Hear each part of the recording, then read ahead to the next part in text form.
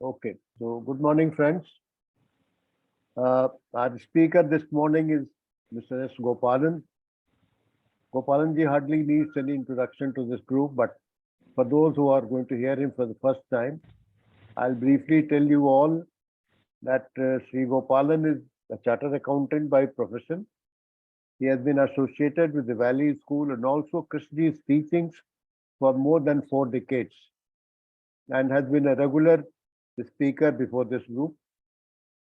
Today he is going to talk to us on every act in life is predestined, a perspective from J. Krishnamurti. I'm sure, like all his lectures, going to be very, very interesting and thought-provoking. And with these words, I want to extend a very warm welcome to Gopalanji, and also want to thank him on behalf of the Indore Study Circle that he kindly agreed to our request and is with us today for this talk. So, Gopalan sir, your floor is yours now. Thank you, Dubey ji.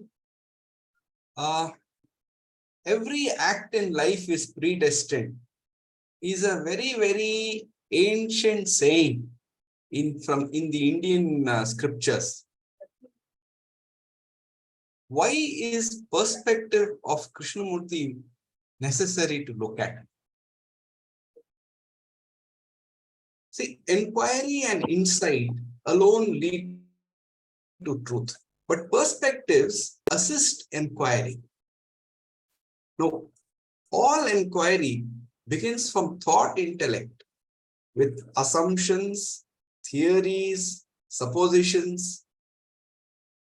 An assumption, a theory, or a supposition to be capable of inquiry must first be logical. If that assumption, theory, or supposition demands unquestioned belief instead of logical examination, then inquiry is not possible. Now, Krishnamurti gave his last talk on 4th of January 1986. We happened to be there at that time. And there's a mailing list on which we have been sending clips of from Krishnamurti's talks of the last 10 years. We said Krishnamurti in India 1976 to 1986.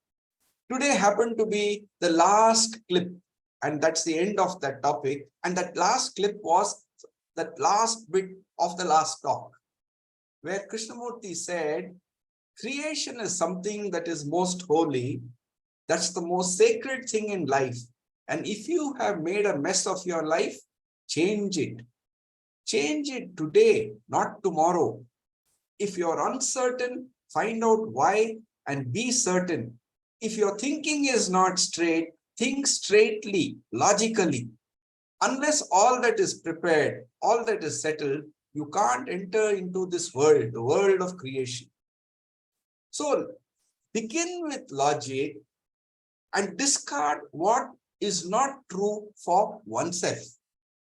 It may be true for somebody else, but if in one's logical inquiry something is untrue, discard it. This is the process of inquiry as I understand it. So look at this statement, every act in life is predestined. It goes against everything that has been given to us by modern education. One recent seer who talked about this was Ramana Maharishi. And this statement is generally dismissed as a fatalistic approach in India. It's not fatalistic. That's, I think, a misconception that the West has taken without understanding what the statement really implies. So let's look at how Maharishi brought this up. The first time he brought it was at the age of 24. Ramana Maharishi had left home at the age of 19 and he came and stayed in Tiruvannamalai. And after some time, the family found out where he was and the mother came there to plead with him to come back home. Now the Maharishi was in silence and he was not answering any request of the mother. And she was weeping and very emotional, understandably. So somebody who was seated next to the Maharishi said, look, the mother is weeping and crying and asking, you have to give some answer. And he gave him a piece of charcoal. And the Maharshi wrote on the floor with that piece of charcoal. This is written in Tamil, so now translated into English. In accordance with the prarabdha or destiny of each, the one whose function is to ordain makes to act. What will not happen will never happen, whatever effort one may put forth. And what will happen will not fail to happen, however much one may seek to prevent it. This is certain. The part of wisdom, therefore, is to stay quiet. This was the Maharishi's answer to his mother. Some 7 or 8 years later, somebody asked him this question: has man any free will, or is everything in his life predestined and preordained? And the Maharishi's answer was, free will holds the field in association with individuality. As long as individuality lasts, so long there is free will. So the primary requirement in that line of thinking was the surrender of the idea of individuality. Now, it's a very common perception that I get to hear all the time that Krishnamurti is very difficult to understand. He goes above your head. Very, very common. And I always differ because Krishnamurti is talking in very simple language. It can't go over your head unless you're not willing to really listen to what is being said. So, but one of the things that we must accept is that understanding Krishnamurti's message requires, amongst others, a keen intellect. But at the same time, intellectual activity strengthens the idea of individuality, the ego, the I. It's exactly the opposite of surrender. So are these two perspectives contradictory? Or do they both spring from the same root? That's really the question that I'm asking today. So, as we pointed out earlier, investigation necessarily has to be logical.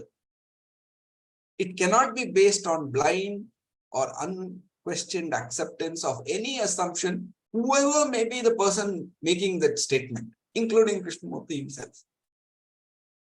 So, a human being is the one who investigates and inquires. And therefore, we need to ask first, who is a human being? How did he come into existence? We need to begin with creation, which Krishnamurti talked about in that last talk. Now, the modern scientific theory of creation is called the Big Bang theory. And essentially, it says about 8 billion years ago, the Big Bang resulted in the formation of the universe in an instant and out of nothing. The universe has been cooling and expanding ever since, resulting in formation of matter. From matter, all organisms are formed. Human body arises from matter. Thought is a function of the brain that is in the body. Hence, matter results in thought. And therefore, death is the end of everything. This is the logical sequence if you follow the Big Bang theory. And apparently, this is supported by Krishnamurti when he keeps saying thought is a material process. Now, the Big Bang theory is not completely logical, especially in its beginning, because it's based on this assumption that the universe was formed in an instant out of nothing. That is not logical. After that, of course, everything becomes logical. So there's an alternate view of creation of the universe in the Indian tradition. Let us examine and see whether that is logical. The Vedic approach to creation is completely different from the modern science and the Big Bang theory. So you must all be aware that in this view, energy consciousness creates egotism, and energy interacting with egotism creates mind. mind creates the elements, the five elements, and the qualities of Rajas, Tamas, Sattva, and the interaction of this give rise to 5 layers of consciousness, which is called koshas. So these layers are beginning with the subtlest layer, they go up to the grossest layer. And these 5 layers are grouped into 3 states of consciousness. There is the causal state of consciousness, which is called the Anandamaya Kosha. There's the astral state of consciousness, which is called the Vijnanamaya and the Manomaya Kosha. And then there's the waking state of consciousness, which is called the Pranamaya and the Annamaya Koshas. Human sense organs can only perceive at the level of the Annamaya and Pranamaya Koshas when the body, the gross body, is in existence. These sense organs are not capable of sensing anything subtler than that.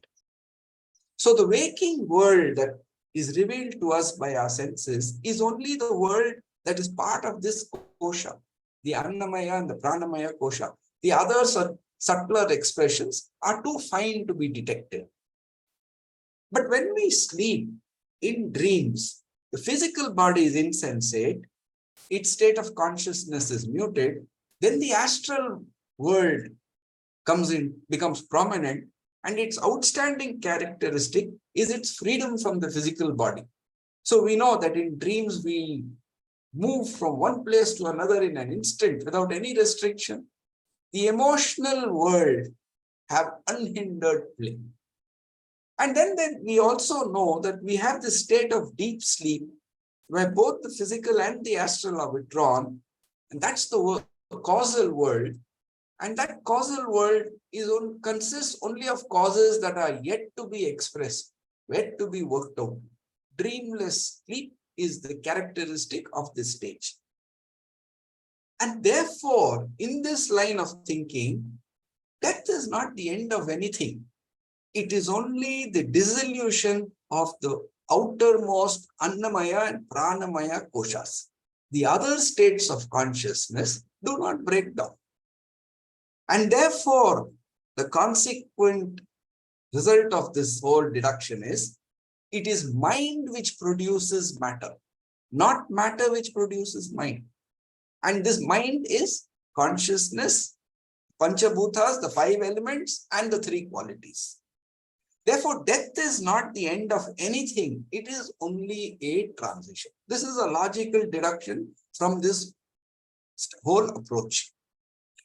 Now, do we see a similar approach with Krishnamurti too?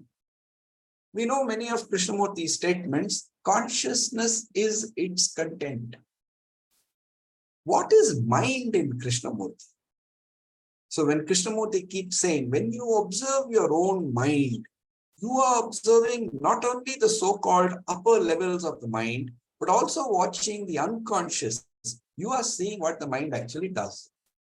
And once in a while, he slips from that terminology, and then he points out, without the actual physical brain, which is the result of the past, which is the outcome of evolution of many thousand yesterdays, with all its memories and knowledge and experience, is not that brain part of this total mind? The mind in which there is a conscious level and the unconscious level. So this is one of those rare occasions where Krishnamurti is pointing out that even the brain is part of the mind, and it's not the same. Mind is not thought. That's a deduction that comes through. Now, Krishnamurti also keeps saying thought creates the thinker. When he says there is first the process of thought, and then thought creates the thinker. Obviously, the thinker then establishes himself as a permanent entity apart from thoughts. Now, we have heard this so many times over decades of Krishnamurti's talks that we don't question this for ourselves. Is this so? Does thought create the thinker?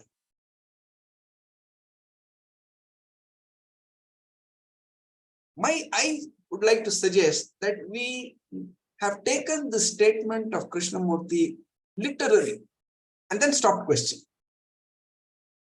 See, thought and thinker, are they not two sides of the same coin? If you pick up one, you have to pick up the other. Can you have thought without the thinker, or can you have thinker without the thought? They come together. Thought can only operate from memory. Without memory, there is no thought. So then the question comes, where is this memory stored?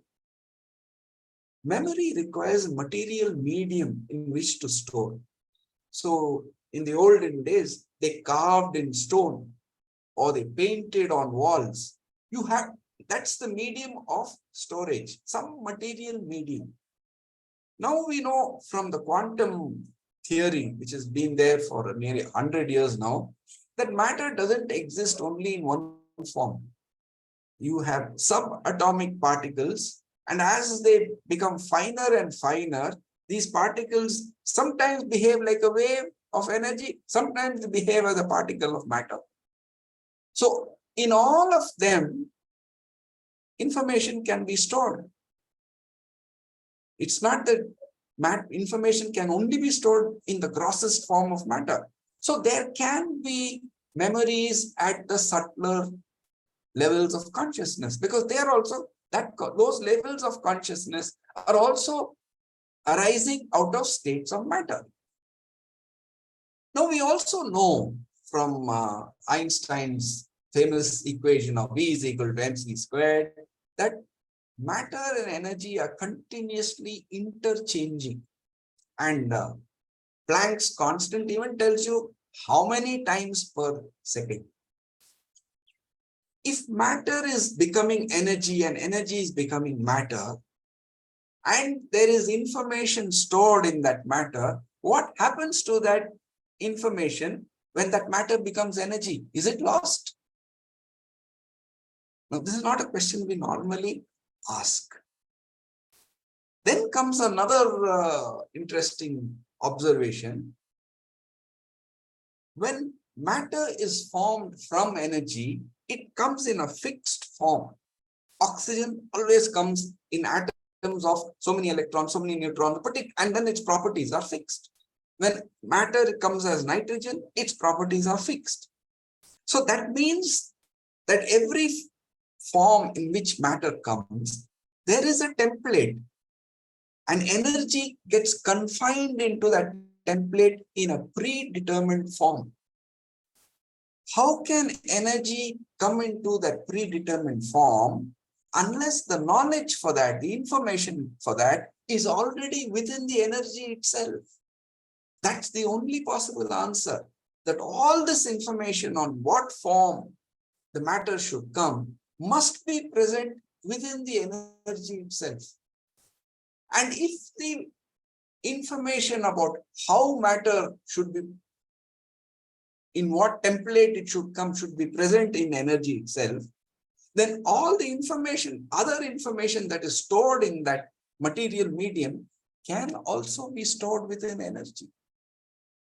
So this vision of the ancient Vedic view that when the outermost layers of the body disintegrate, the deeper levels of memory, the causal and the subtle, they remain. And when the universe dissolves and everything goes into the energy, they remain within that energy. And that allows the creation of another universe. Is that logical? To me, it seems it is. There's another example of this in science. You may have noticed it. A crystal, if you have done this experiment in school or college, to make a crystal, you take a very fine, usually a human hair, and you put a small piece of that matter at the end of it, and then you dip it in the solution. Then the material coagulates around that nucleus. Without a nucleus, you can't make a crystal. And the traditional Vedic view is saying that nucleus is egotism, the thought of the I. So the I is not something we just disintegrate at the time of death. Yes, at a gross level it disintegrates, but it's there at the origin of creation. It's that because you can't have a world outside unless you have divided it as the thinker and the thought. So without that separation, there cannot be that. So to me, that's a very, very, very logical deduction, which is worth investigating. It can't be dismissed as superstition or some belief. So therefore, this statement that every act in your life is predestined flows from that causes which come to work themselves out manifest in the body. And that's the motive of the body coming into force. Those causes must manifest. That's extremely logical. And so I would like to now read two passages, one from Maharishi and one from Krishnamurti, and then I will put my question. In a question and answer with somebody, Maharishi said, "It is true that work meant to be done by us will be done by us. But it is open to us to be free from the joys or pains, pleasant or unpleasant consequences of the work by not identifying ourselves with the body or that which does the work. If you realize your true nature and know that it is not you that does any work, you will be unaffected by the consequences of whatever work the body may be engaged in, according to destiny or past karma or divine plan, however you may call it. You are always free, and there is no limitation of that freedom." This is Ramana Maharishi. Now, Krishnamurti says, "I hope you are aware of the significance of listening. You are not merely listening to me, to the speaker, but you are also at the same time listening to your own mind. You are not only listening to me, to the speaker, but you are also listening at the same time to your own mind. The mind is listening to itself, because what is being said is merely an indication. But what is more important is that though through this indication, one begins to listen. The mind begins to listen to itself and is aware of itself, aware of every movement of thought." Now, is there any difference between these two statements except the way they have been said? So when Krishnamurti said, "Don't accept a thing that is said by the speaker," was not the implication, be original, express your own understanding. Nobody else's understanding matters. So your own understanding is what matters. Be original, but keep inquiring. Don't come to any conclusion. Is that not what really is the essence of it? And therefore, can we discard any such statement like this, which is quoted to us from the past? Thank you. Thank you, Mr. Gopalan. Very interesting indeed. I don't know, I don't have much background of Vedic literature, so I can't say for sure, but the basic difference that I see, the Upanishads say that the consciousness is the witness of the content that is in the mind, which means the consciousness is not part of the mind. And Krishna is very, very clear. He says, there are two statements that I'll just mention. Once he says that the brain, which has all the content, which is our whole existence, when that content is emptied, then the brain becomes the mind, and that is the consciousness. At another point, he says that your whole content is the consciousness. That is what the consciousness is. You can't know the consciousness, otherwise you know the content. So I think the Upanishad way of saying it, perhaps you can tell us a little better because I don't have background. It needs to be separate from the content. It says it's a witness to the content. And as per Krishnamurti, then there is a duality, because if the content is different from the consciousness, then what is consciousness? So, and another point I would like to mention is, about thinker and thought. I think a stage comes where the thought is completely dormant. It doesn't create any ripples in our mind. That is a state where there is no difference between the thinker and thought. That is the total perception, total attention. So these are the two comments I want to make. You don't have to agree to it, but I would like your view on how you look at the Upanishad and how Krishnamurti defines it. Yes, please go ahead.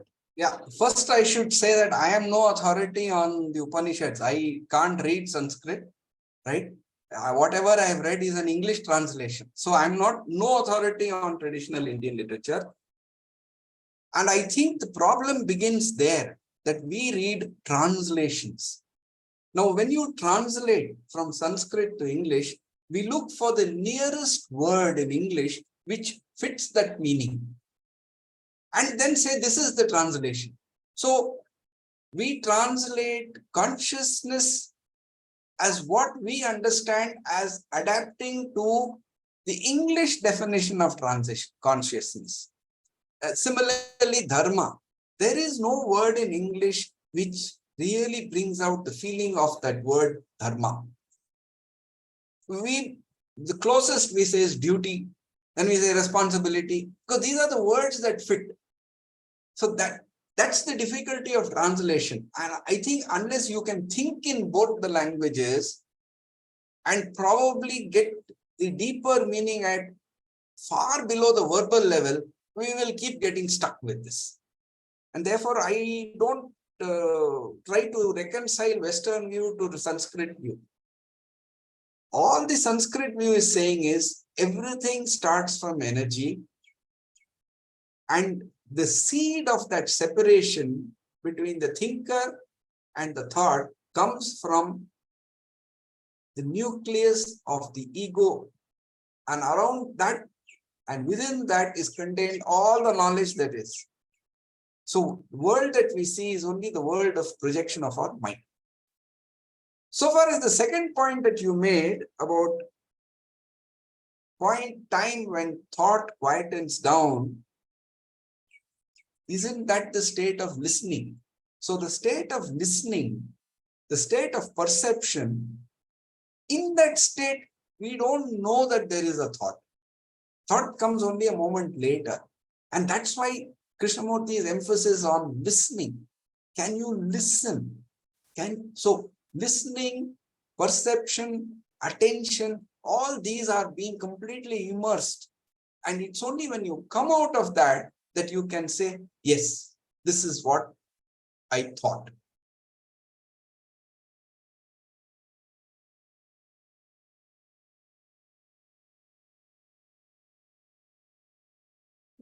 I think that's a fairly good way of explaining things. But before I respond, I would like others to say something. There are more well-read people about Vedanta and other things. Yes, Dinesh Ji, unmute yourself. Are you able to listen to me? Okay.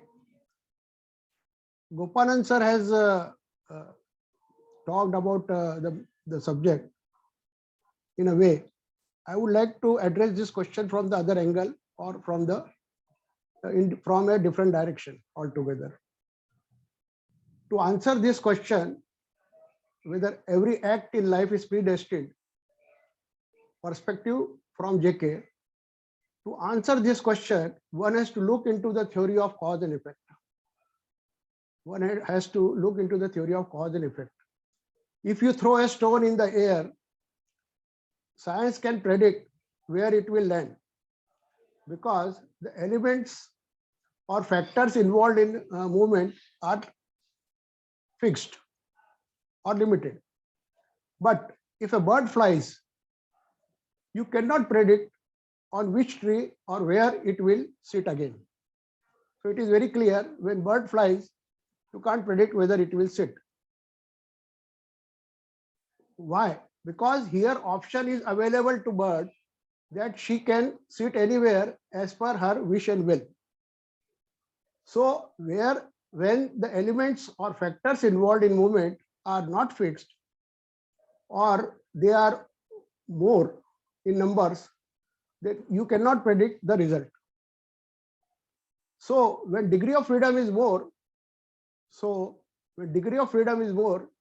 it is difficult to find or see a direct relation between cause and the effect. In humans, the degree of freedom is more. The intellect, emotions, feelings, etc., faculties are remarkably developed, and his options are influenced by these variables. In day-to-day life, we see that if one has to act as per his choice, in day-to-day life, we see that if one has to act as per his choice and he alone is involved, then he is having full freedom. Say, at what time he has to take a bath, he can decide as per his choice. This freedom reduces when two persons are involved. As there is give and take, the deviation or the decision will come out which is suitable to both. So when relationship is involved, when two persons are involved, the decision will be out as per the suitability for the both. So likewise, if more persons factors are involved, then the freedom reduces drastically. So likewise, if more persons or factors are involved, then the freedom reduces drastically, and the decision of option will come out based on the situation, number of persons, place, nature of issues, etc., etc. So a person can act as per his free will when degree of freedom is more, and has to act in the best possible way based on situation when degree of freedom is less. Also, we see that our positive past karma gives us more freedom. We also see in the practical life that our past karmas, which are positive, gives us more freedom, and lack of it gives us less freedom. Say, for example, if you want to get selected in a particular job, then your same field or same work or same line experience supported you in getting that job, and lack of it lessens your chances of selection. So if you have already worked in that line, you are having a positive karma available with you, you are having a good experience, you are having a good skill, then there are chances of your selections are more. So similarly, it is clear here that so your past right karma gives you flexibility in present moment, and lack of it creates bondage. So results of past karma becomes your destiny. They say, as you sow, so you reap. Destiny is outcome of our own past deeds, and as per karma, or as per our actions in the present moment, based on our motive or intent. Will you kindly conclude what you want to say, because there Sir, are 2 others minutes also. only. Yeah. Sir, 2 minutes are there only. Okay. Yeah. That decides our destiny. Hence, karma becomes destiny, and destiny forces you to do the karma in a specific way. The results of karma are never 1:1, as so many variable factors are involved, as said earlier. As a metaphor, we can say it is like a cow tied to a pole with a rope, wherein a pole is like your hardened karma. The length of rope indicates your degree of freedom for options. You can decide in positive or negative direction, restricted by the boundary of circle. So as per out of your degree of freedom, your positive or right karma will fetch you positive results, and negative or ignorant karma will fetch you negative results, and they will become your destiny. JK says, whether you see this or believe in it, in any case, whether your actions in the present moment, in both the cases, your actions in the present moments are important. So this is very clear that what is the relation between destiny and the whether it is predestined or whether we have to have options or free will.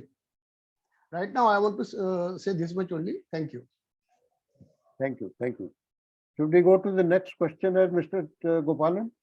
No, I would only like us to think about the central theme of what Dinesh talked about, which is this degree of freedom. Freedom for whom? See, this freedom of choice is so deeply important for us. And that is why we try to adapt everything to freedom of choice. But choice for whom? Who chooses? That is something we need to be asking. Is choice necessary? And here I would like to connect you to one instance of Krishnamurti when he talked about the fact that freedom actually is only self-restriction. If you and I both want to travel on the road, we can't drive the way we want. We have to adapt to the rules of the road. And the more the number of people using the highway, the more the restrictions on the freedom. So freedom is only in restricting my choice, right? Therefore, is freedom of choice important at all? Is a question I would like us to hold. Thank you. Thank you. Yes, Mr. Rajendran. Good morning, sir. Good morning to everyone. Just, I was wondering whether to understand Krishnamurti, whether this knowledge of Upanishad and our ancient sacred scriptures and great saints like Ramana Maharishi, whether those things will help to understand Krishnamurti, or they become a barrier to understand not only Krishnamurti or any truth. Why we are comparing Ramana with Krishnamurti? I wonder whether this knowledge, as a layman, I felt very comfortable when Rajaram sir was talking about these sacred scriptures, because I don't know anything. So whether this knowledge at all helps to see any truth in the thousands of statements of Krishnamurti, number one. Number two, Krishnamurti, Rajaram was telling another great thing about that consciousness. The nucleus, I is the nucleus. I think I'm not able to see whether that I is the nucleus, that is a must for everything. Actually, I'm unable to see that as true. Number three, Krishnaji said the consciousness is its contents. These contents of the consciousness does not belong to any individual. It belongs to the whole humanity. So, in that statement, so Rajaram was telling it is even after death, the contents of the consciousness may remain, because it does not belong to anybody. It's not going along with a dead person. Okay, thank you. That's I want to just share these things with you. Thank you. Thank you, Mr. Rajan. Sir, if I can just respond very briefly Yes, to what you asked. please, go ahead. Yeah. See, why do we come to such satsangs? Right? Somewhere our approach is through our thought intellect, and the realization doesn't come on its own. So a statement from somebody starts a discussion, and the discussion goes in our mind. This is what I started right in the beginning. Why is it necessary to consider somebody else's perspective? Whether it's perspective of Krishnamurti, or whether it's perspective of Maharishi, or perspective of anybody else. This is our starting point for thought intellect. We cannot just listen to Krishnamurti. He says, can you invite death every moment in your life? That's a great statement. I'm not doing it in my life. I can only hold to that question. Then I can ask, what does death mean? And it sets a chain of inquiry going. So inquiry is important. And if perspective of somebody else helps to sustain the inquiry, I will say it's positive. We are not comparing theories and saying this person is correct or that person is correct. In fact, we can't judge whether any person was correct or not. That is that person's perception. We have to make our own understanding of it, and from there we have to talk. So it helps to have a starting point. Thank you. Thank you. Yes, Dr. Pradeep Verma. Yes, sir. Good morning, everyone. It was very interesting. Another very, very, very difficult question in a way. The topic says every act in life is predestined. Perspective from J. Krishnamurti. Although not much was spoken about his perspective as a person, what I have heard is right from Ramana to quantum physics. You see the different people, what they say about consciousness. Even in Mandukya, so much of it has been written about different levels of consciousness. And Freudian and Jungian, Carl Jung talked a little bit more than Freud when he talked about collective unconscious. So I would like to start with perspective of J. Krishnamurti. Interesting, very interesting. Let's be together with this. If that is, I'm quoting him, if his action is a breaking away from the false towards the truth, then the momentum itself becomes the truth. Such men are free from destiny. The initial thing to sustain the inquiry, initial thing is when we have given to free will and destiny. The life has been divided right there through mind into free will and destiny, and we all think about these things without any text, Right now, when I was listening to the whole knowledge available, it was coming like something from outside. I was recalling that I have read it somewhere and something like that. But the perspective, this perspective, if we see perspective on destiny in society, then we have to see three broad categories of individuals, because it is related to the action. If individual listening to you and listening to me simultaneously, right? So individual with power, these are three categories that, as I can see: autocrats, generals, leaders, and even gangsters and psychotherapists and psychopaths. So this is first category, talking about destiny or this and that, free will. A normal human being representing the masses, this question is very popular in masses, destiny and free will. Third is perspective of highly intellectual thinkers, philosophers, and scientists. But one thing is clear to all of us without referring any one of them, that it relates to mind and consciousness, as I see it.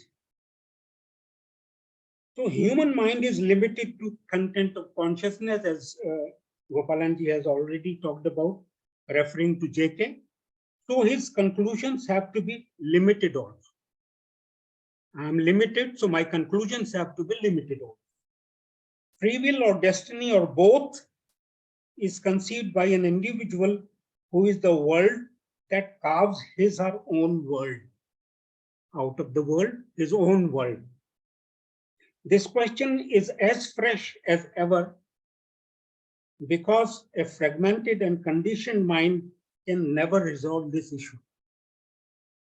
Most of the topics start with that duality itself, this or that. this or intellect or wisdom, intellect and this intelligence and something like that, and the discussion starts. So one must be very careful what a seer says. One must observe very carefully what a seer says. He is never casual about his words. You see? Then that's why I said, when he says perspective of JK, it starts with if, a very big if. Imagine. So, and then action, of course, each one of us know about action.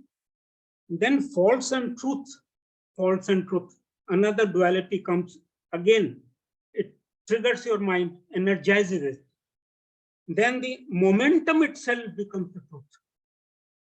You see, momentum itself becomes the truth. Such men are free of destiny. It means this is something which we must be free from something, a thought in me as destiny. Am I taking too much time, sir? No, no, please go ahead. Please, thank you very much. Each individual is a product of society and the world, and we can say even the universe. Not only the world, we are the universe. That includes your quantum mechanics and all that. Consciousness is one that is vulnerable to conditionings and has no choice. It appears to be. It gets very easily. It gets anything virtually. Choices belong to the self, that through these choices become limited and fragmented. We are all conditioned differently and yet nourished by the same one, So one question that came to me, whether man has control over his actions or he is controlled by a larger field. Then comes quality of his seeing, because perception is action, whether perception or seeing is under his control, full control. Bhagavad Gita says, Karmanyavadhikaraste ma phaleshu kadachana, the very, very common thing. So what is the real import of the word adhikar? You see, adhikar, this word is very interesting. I will just read out something about how many types of actions take place through us, all of us. Several occasions of unconscious activities often occur in the life of an ordinary man. We do not even know that we do so many things in the unconscious state of mind. Consciously or unconsciously, with and without desire, actions take place in the body. You see, this is a part of the, this is about Mandukya Upanishad, something that has been written. The entire process of digestion that is constantly taking place within us, thus controlled and managed by the same prajna. So likewise, this consciousness and our discussions in words and knowledge we have, so this whole limitedness sustains the inquiry in me. Thank you, friends. Thank you very much. You have given me enough time. Thank you so much. Thank you. Thank you very much, sir. If I You'd can like to just say respond something? with Yes. one anecdote. Yes, please. Mr. B.J. Krishnan is the secretary of the Blue Mountain School in Ooty, and very deeply, passionately connected with the environment. In 1970, he was a student of Loyola College in Madras. And he was very, very agitated that the beauty of the Nilgiris was getting completely devastated by rampant construction that was happening. So he went and he had an interview with Krishnamurti, and he put forward his pain. He said, these beautiful hills, people are building left, right, and center, destroying the trees. What is it that we should do? Krishnamurti gave him only a one-line answer.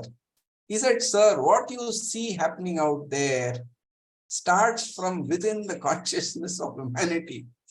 Look at that if you want to change anything. Thank you. Thank you. Thank you. Thank you. Yes, Dinesh ji, please be brief. We don't have to respond to the comments made by Gopalan sir. You can be original. Okay, okay. Gopalan sir, you asked a question about the freedom and free will and all that. Actually, whatever we are discussing, that is definitely relative to the self, because self is taking the, has got the choices, and I would say it is other way around. More restricted you are, more choices you are. More ignorant you are, more choices you are. Krishnamurti has also said only fools are having choices. So more restrictions, more choices, more confusion, and you can go in any direction. And the direction you choose, that will face the results of that particular direction. Suppose if I want to, I can opt for this session, or I could have gone to a club. If I would have gone to the club, the atmosphere of club starts, and it gives me all the effects and results of that place. If I am attending this session, I am getting the results or whatever the things are there of this session. So it is very clear that it is other way around. What you have to say? See, there's a phrase in English of flowing with life. What does it mean to flow with life? Is choice involved in that?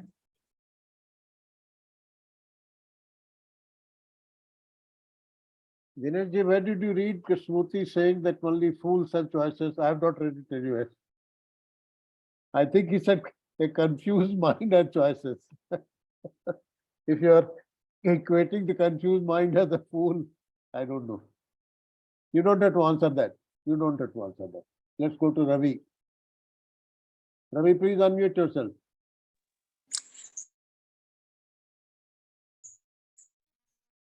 Hello, am I audible? Yes. Okay. I read Krishnamurti and I read Gita's that quotation about the destiny. In between, I came across this Raman Maharshi's quote, as well as a book from Swami Ramdas from Kanjanagar, Kerala. And that book bowled me out completely. And I understood this predestined destiny about 80%, but the rest of the 20%, I'm still confused. What is in my hand? So as Krishnamurti and all these three people says that you are nothing, you have nothing. Your thought, your ego, yourself, everything is coming from somewhere, and you are not that. So self is not me, ego is not me, thought is not mine. So what is left for me? Nothing. But there are decisions and action, reaction and circumstances which forces me to take a call. So all those calls are mine, or somebody else is taking in name of me. So there is a confusion. And another is that what is the meaning of here and now, and how can I dissolve the separation, and who is going to dissolve the separation, that self or somebody else as well? Again, if that dissolution or freedom is coming from somewhere, and that is also predestined, then what is my role? Thank you.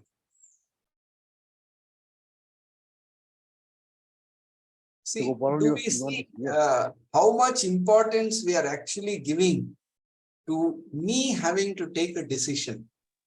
We are so deeply conditioned by our environment, our education, our culture, that I have to decide.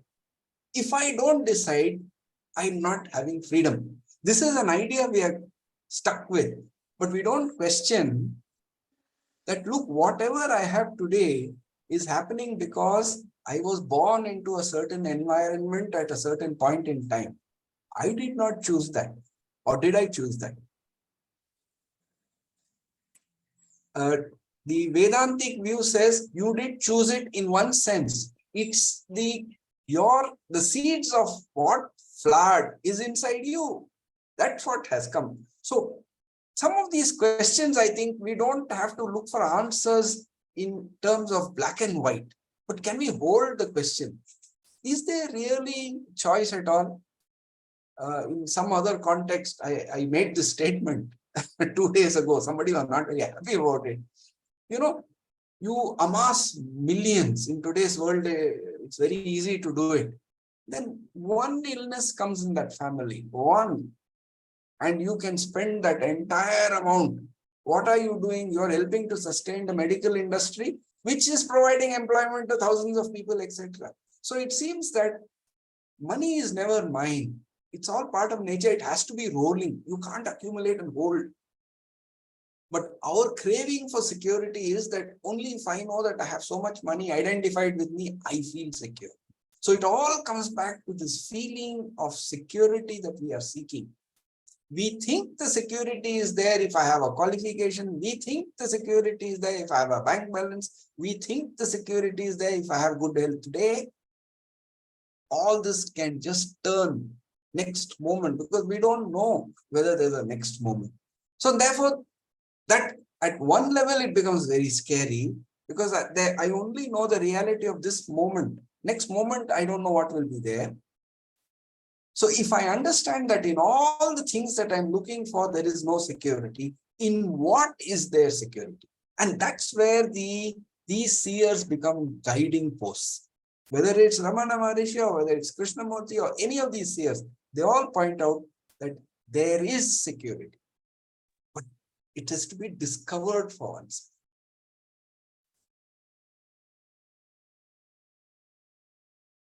Yes, Mr. Shiva Kumar, would you like Am to I audible? say? Yes. Am I audible, sir? Yeah. Yes, yes. you Yeah. are. I posted this question in the chat. In any case, I'll read out, though it is slightly away from the topic.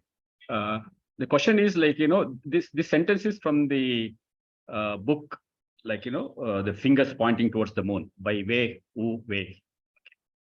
What it says is a sense impression is not more than 2 dimensions at a time. Anything that we sense is basically 2 dimensions. When further processed by the mind, that is when we comprehend, that then it becomes a 3-dimensional object. The 4th dimensional power of direct cognition, which JK often talks about, pure looking, pure observation, and pure awareness, is difficult for us to analyze. I don't know whether the sentence, basically, to put it in a simpler form, it says sensation is 2 dimension. And when the brain or mind comes into and captures that sensation and gives shape to it, that's when the thought is formed. That's when it gives a 3-dimensional object. But then the direct cognition, direct looking, direct observing, direct awareness, where thought as such per se is not there, which they call it as 4th dimension, which is very difficult to analyze. That's what the statement means, which I posted. Any comments on that, sir? Gopalan? Sir, see, again and again, if you look, what are we trying to do? We are trying to say that understanding should be within the faculty of thought. Perception, understanding, we want to capture within thought because thought process we know. But we can't do it. Thought process is only an expression that arises from that perception. So perception has to be by the entire being. Without sensations, there is no experience. But the perception of the experience is by the entire being. The result of it can be expressed by thought. And that's why again and again and again, Krishnamurti's emphasis, can you listen? What is that state of listening, which is always in the moment with the entire being? It's not, I am listening. Right, I agree with that. But only thing is, I was just why that 2-dimension, 3-dimension, 4-dimension? That is what I thought of, getting some input from you. Is there any? Yeah, that's fairly simple, sir. So this 2-dimension is length and breadth. When we bring this 3rd dimension of height and say a 3-dimension object, what you just now quoted is that is a product of thought. Yes, it's my imagination. So you give me length, breadth, and height, and I imagine a figure of this kind. So all that thought is imagination projection. But if you want to go something beyond, this instrument cannot project beyond. That's the limitation of that instrument. Now, is there another instrument in the human being which will project or which can perceive? Unless this quietens down, that you don't even have a chance to find that out. So to me, it's like saying we have this bright electric light on and we want to say, is there a darkness around? If you have to switch off the light, only then you'll see the darkness. Right, I agree. Just like, what it also says is when you go within, inward, okay, that is where they say it is a fourth dimension. Okay, anyhow, thanks for that. You gave the info. Yeah, please. Sir, this going within, going inwards is an expression which we translate it as if, we have turned the direction and we are moving in that direction. Going inwards to me is where thought quietens down. Then aren't you going inwards? Exactly. From where is this thought arising? That is going inwards, is it not? Yeah. That's what they're trying to say. It is fourth dimension. Okay, thank you, sir. Thank you. Thank you. Yes, Verma Sahab, unmute yourself.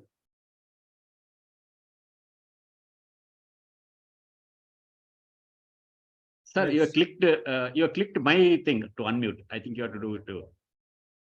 No, Verma ji is unmuted. Yes. Am I audible now? Yeah. Audible. Okay. Thank you. Gopalan ji talked about flow of life. Immediately, curiosity in me, sustained curiosity, whether this be with the flow or witnessing flow.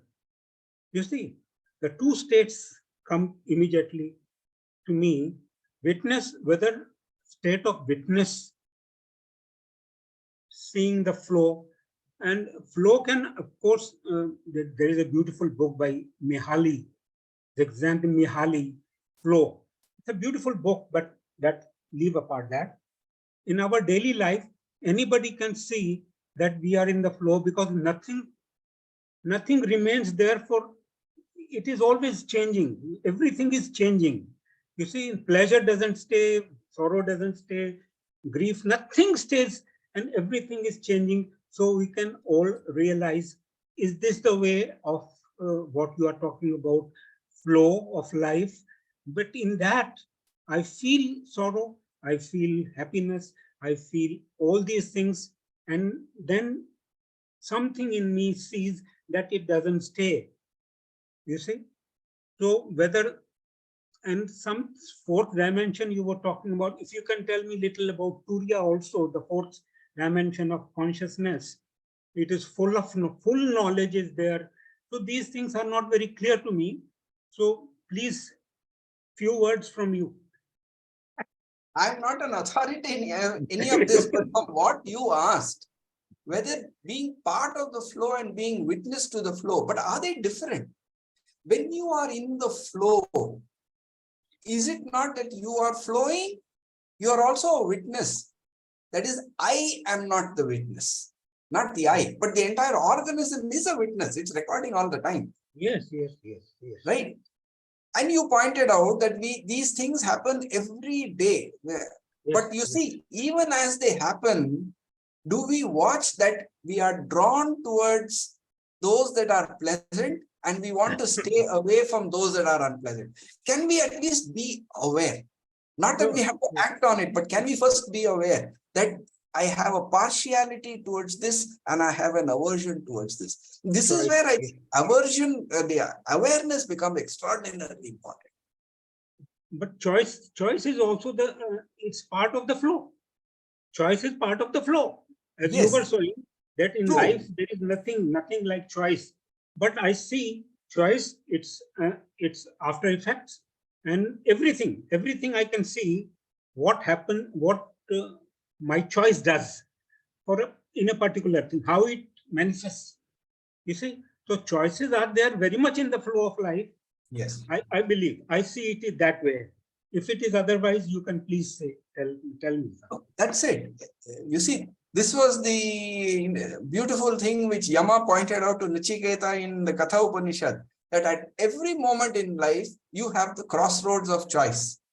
And you have an option to go this direction or this direction. But the question is, do you have to choose the direction, or can something tell you this is the way to go? To me, that is flowing with life. See, we from a very young age, our this tool of choice has been so strengthened in us that we feel hesitant about, or we try to imagine what this flow of life really means. Right from a young age, you at the age of 5, you are told, okay, you are going to become an engineer, you start, and that conditioning is done, right? And therefore, you see, particularly for us white-collar people, we can't think of any occupation which is not intellect-based. It's very scary for us. So, and then we attract everybody towards this white-collar, the whole world is running towards that, right? And then we also say it's very romantic, it's very nice notion that, you should be able to do what is natural to you, what gives you joy. They're all ideas. We don't live them. That is why if we can live what we talk and talk what we live, one step at a time, I think we will begin at least the flow. So the difference right. is whether I choose or choice happens. You see, you mean to say choice happens and I choose. Because Krishnamurti, while he was choosing the tie, somebody asked him how you took so much time to select a particular tie. He says, I want the best. Sir, if we are clear that in all choice is measurement, at least, and we have the understanding, why are we measuring? If we are doing it with that understanding that I am measuring for this purpose, then you know where your choice is. And Yes, at least at the areas where you don't have to choose, you will not give importance to that. So the awareness becomes important. Yes. Thank you. Thank you. Yes, Mr. Rajendran, please unmute yourself. So it's not a choice, a form of desire. Whether is there any difference between choice and desire, the reward and punishment? Right. Number one. Number two, the flow. It's you were talking about flow. The flow is possible only when the thought is absent. When thought comes, it brings along its baby, that me. So they create all the obstacles and conflict in our life. Yes. When they are absent, when the thought along with this baby are absent, then only the flow may be possible. Yes. Thank you, sir. Exactly. You pointed it out, sir. When thought comes in, it creates all its problems. We see it, but we still allow it and encourage it to come. So is learning really happening in us? We are being taught this lesson every day, and yet we continue doing it. So there was once somebody who's made a statement, pain and pleasure are both teachers. Pain is the better teacher. Now, I think it's left to us to decide from where are we going to learn. So all this has to ultimately reflect in one's daily living. And I think this is what Krishnamurti was pointing to when he asked, can you invite death into your life in every moment? That doesn't mean commit suicide. Can you die every moment? You see, to hold that question and then to keep bringing it into your life. Are you living that? To question, watch. I think it brings changes in your direction, whether you realize it or not. Thank you. Thank you.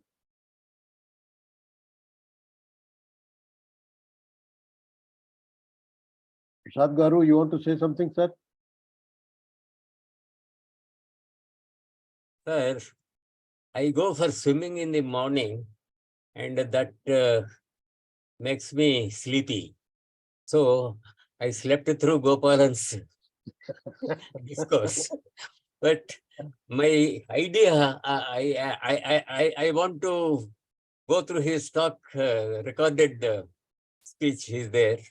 So subsequently we'll go through it. But meanwhile, you see, this idea of free will and fixed fate has always been there. That is medieval theology. Free will, fixed fate.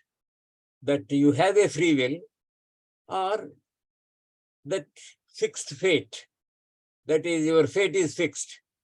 So all your actions, everything is preordained.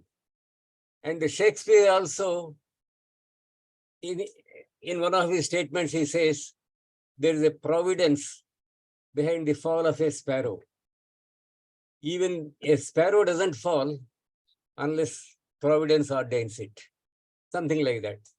But sir, Krishnamurti, for me, doesn't subscribe to this idea of a fixed fate. Why?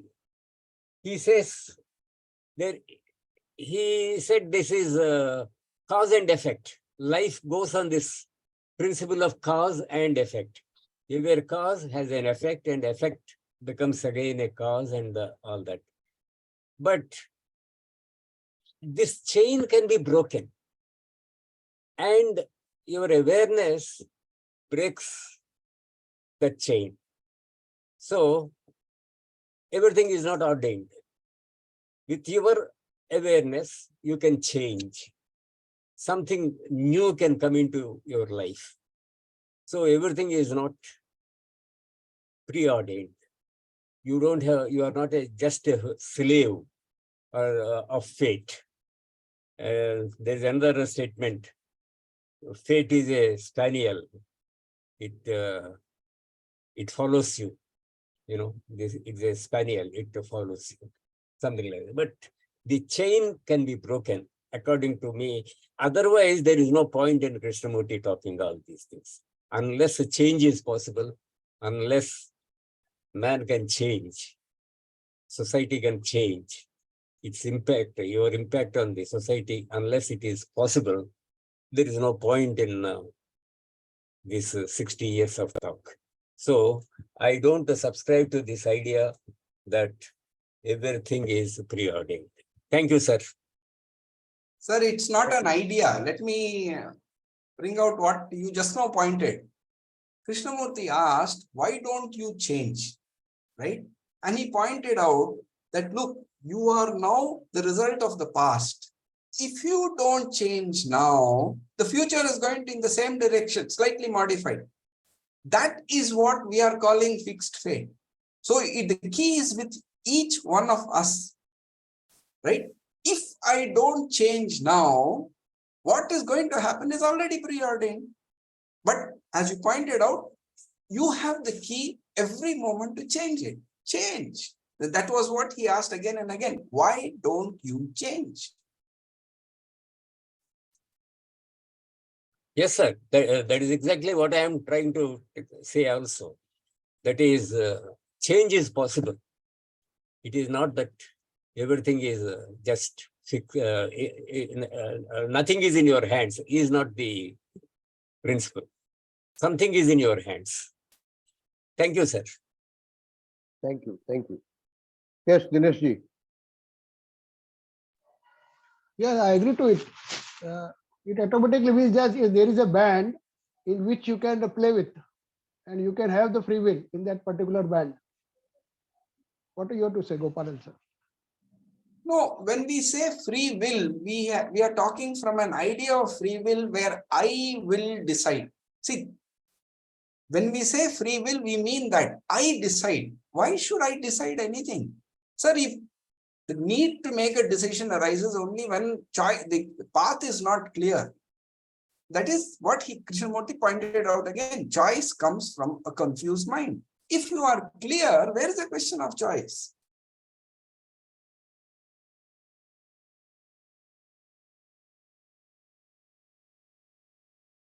Thank you. Thank you. I think we have come to the close of the session now, and I don't see any raised hands. So I want to thank Mr. Gopalan for being with us and bringing out something which was unique and very, very interesting. Thanks a lot. Hope to see you and hear you again sometimes in future. We don't have a speaker for next Sunday, unfortunately. We wanted to bring somebody, but that has not happened. So in case we don't get anybody, we'll watch a video of Krishnaji, a short video, and then have a discussion on it, just for information. So see you on Thursday evening and then Sunday morning again, 11 o'clock. Thank you. Thank you. Goodbye.